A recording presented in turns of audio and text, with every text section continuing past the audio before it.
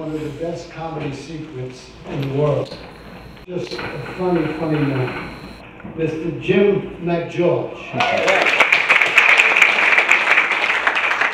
I want to thank you all for supporting the Lonnie Chapman Theater. This stage has hosted some great shows through the years.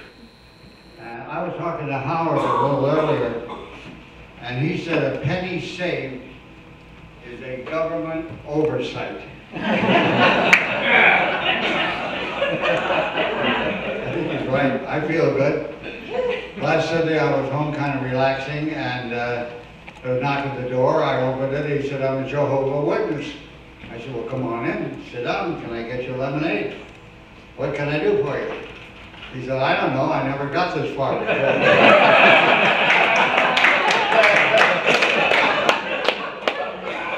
I feel good. I had a physical on Wednesday, and the doctor said that I could do anything I want.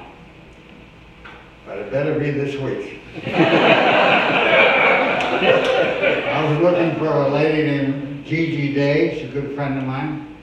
I don't see her. She's a kind of a friend that I can tell my deepest and darkest secrets to, and I know that she will never tell anybody else. And that's basically because she doesn't listen. I'm lucky to be here at all, you know. We were driving over and we turned left somewhere and we got lost. And went to a little gas station, the guy's rocking in a rocking chair. And I said, "What's the quickest way to the Lonnie Chapman Theater?" He says, "Well, are you walking or are you driving?" I said, "I'm driving." "Oh, that's the quickest."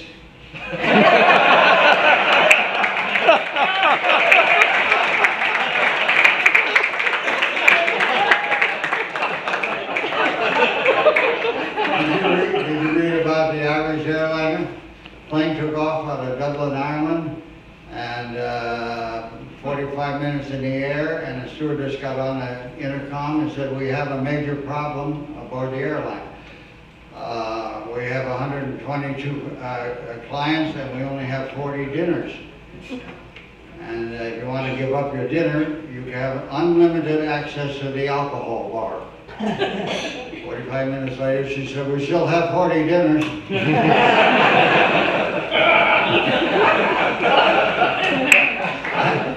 And a couple that I know worked for the circus, and they wanted to adopt a child, and the adoption agent went over and talked to him, asked him a few questions, and said the atmosphere in the circus is not a good atmosphere to raise a child. How big a child did you want? It really doesn't matter, just as long as you can fit in the cannon.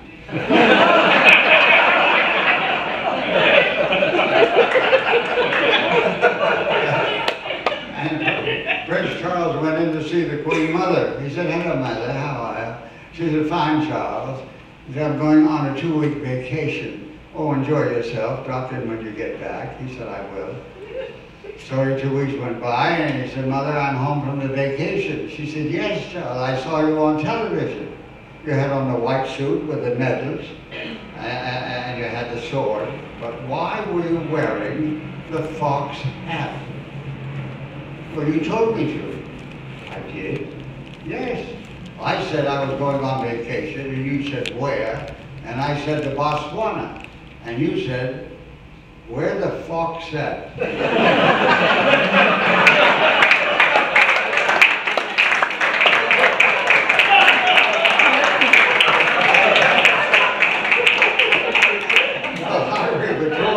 Patrolling, and they ran across a bad accident. And he looked at the car, and a man and woman dead in the back seat, and a chimpanzee slithers out of the car. And he said, "What happened?" Chimpanzee went, "They were drinking." "What else?" "They were smoking marijuana." "Anything else?" "They were making love in the back seat." "What were you doing?"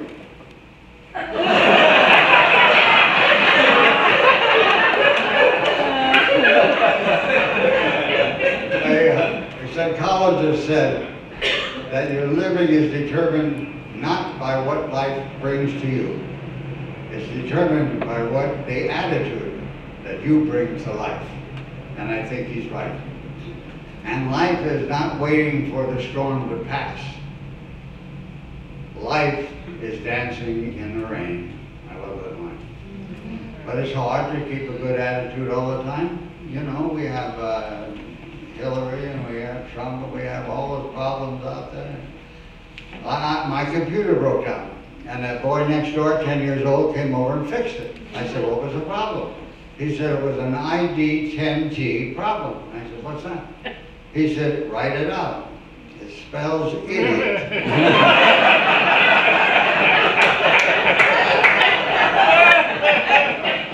I owned a friend of mine, $8,000. He had a facelift. Now I don't know where he is or I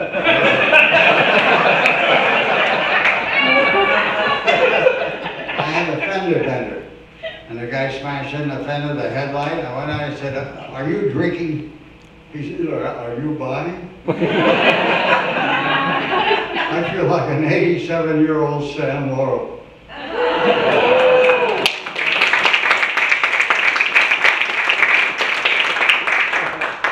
We had a lot of fun doing those. Did them for 20 years. And you know what irritates me? All the excuses that women have for not wanting sex. I'm tired, I have a headache, I'm washing my hair, I'm your sister-in-law.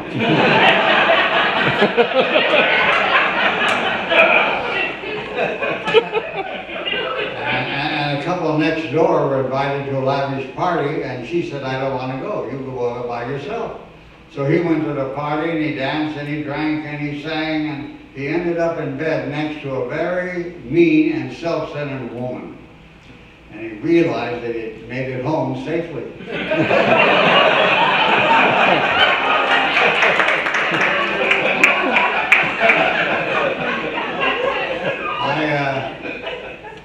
Somebody said diamonds are a girl's best friend. I don't think he ever owned a dog. I love dogs. I dated a couple of them. and you learn. You're here to learn and you pick up information. I found out you should never marry a beautiful woman. She'll leave you broken-hearted. Marry an ugly woman. If she leaves you, who cares? And I found out that if you're ever attacked by a group of clowns, vote for the juggler.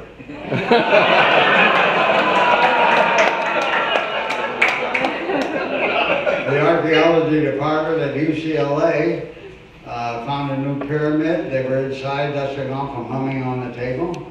He looked down and the lips were moving. And he got real close. And he said, is Larry King still alive?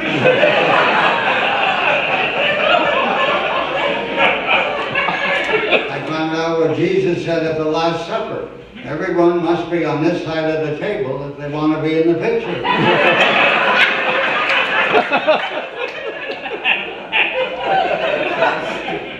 Awareness is a great word. You know what word I like? Wisdom. And I looked it up in the dictionary. And it said, good judgment, knowledgeable, and learned. And Richard Pryor said you can learn all the words to a routine, but it takes 10 years to learn the timing.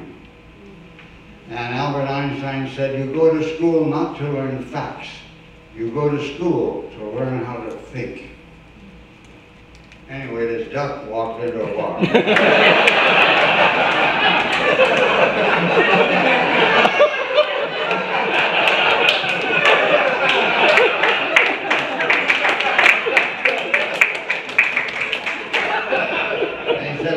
Strawberry milkshake. He said, we don't serve strawberry milkshakes. Next night, same bar. I would like a strawberry milkshake. I told you last night we don't serve strawberry, but you come in here again and I'll nail your little web feet to the counter. Goes in the next night. Got any nails? No. Give me a strawberry milkshake.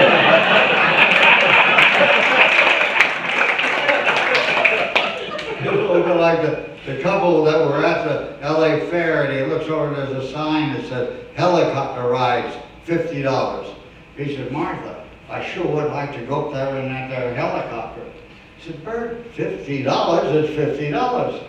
And the pilot overheard him and said, if you don't make any noise at all, the ride is free. He said, come on, Martha, let's go. And they flew around and they circled up and they landed. And the pilot walked over to him and said, I got to compliment you. You did not say one word. So I know that. I was going to say something when Martha fell out.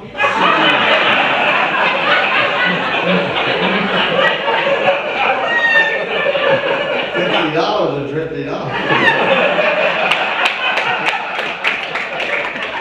You got to keep that line of communication open, you know, with spouses, with your business. My grandfather called me one time, and he said, you know, son, when I was a small boy, my mother sent me to the corner store with $1, and I came back with 4 bags of potatoes, 2 quarts of milk, a pound of cheese, 3 loaves of bread, and a dozen eggs. Couldn't do that today. Too many security cameras.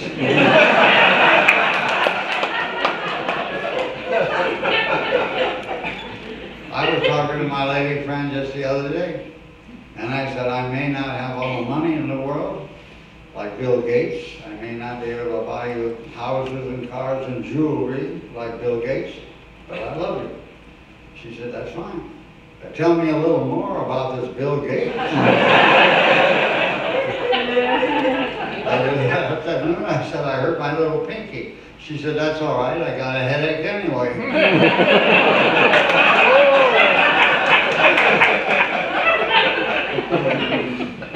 I was talking to my neighbor, and I said, how's it going now?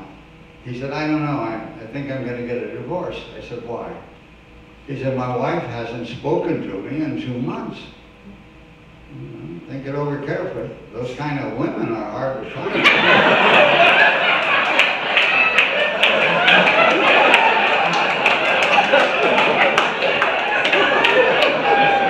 I thought it was going pretty good. He said, well, I forgot her birthday. I forgot to get her a present. And she got mad and said, tomorrow morning when I look out the driveway, I want to see something that goes from 0 to 200 in 2 seconds. Next morning she looked out there. It was a bathroom scale. There's no romance anymore. There's no warmth. There's no caring. There's no everything. iPhones and iPads and this couple were in bed watching television. Suddenly she feels a hand on her thigh, and it goes up her arm and around her shoulder and down her back and stops. She said, why'd you stop? He said, I found the remote.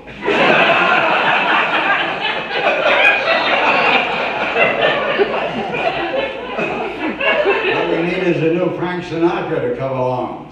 When you arouse the need in me, my heart says yes, indeed in me. Proceed with what you're leading me to. Frank was an amazing guy.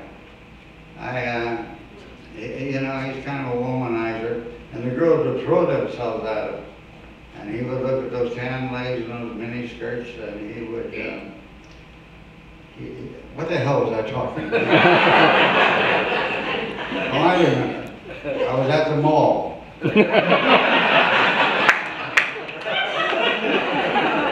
And these 2 guys bumped into each other, and he said, I'm sorry, I didn't see you. I was looking for my wife. I lost my wife in the crowd. And he said, I lost my wife too. He said, really? What did your wife look like? She said, very pretty. Dark eyes, dark hair, a little turned up nose, kind of a sexy smile. What did your wife look like? He said, the hell with her. Let's both look for your wife. And it's hard to communicate a little bit today, you know, the iPhone and all that stuff. But I was in the Bank of America yesterday, and I said to the cashier, would you check my balance? And she pushed me.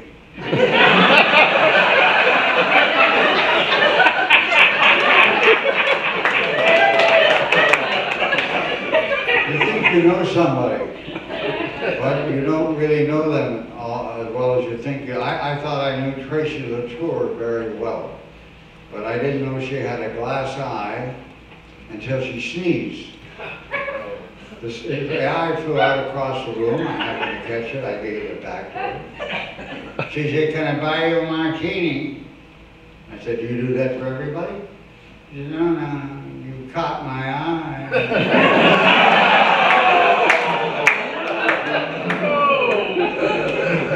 And they say, John Wooden, a basketball coach at UCLA, good friend of mine, and he said, "Make each day your masterpiece." And he said, the things that you would give your loved ones are the things that you should give yourself. And a good friend, if you have 4 or 5 in a lifetime, you're lucky. A good friend is like a precious jewel. They're difficult to find. They're impossible to replace. And that's why we learn to forgive quickly, kiss slowly, love fully, laugh uncontrollably, and enjoy this day. It's the one day we have. I thank you very much.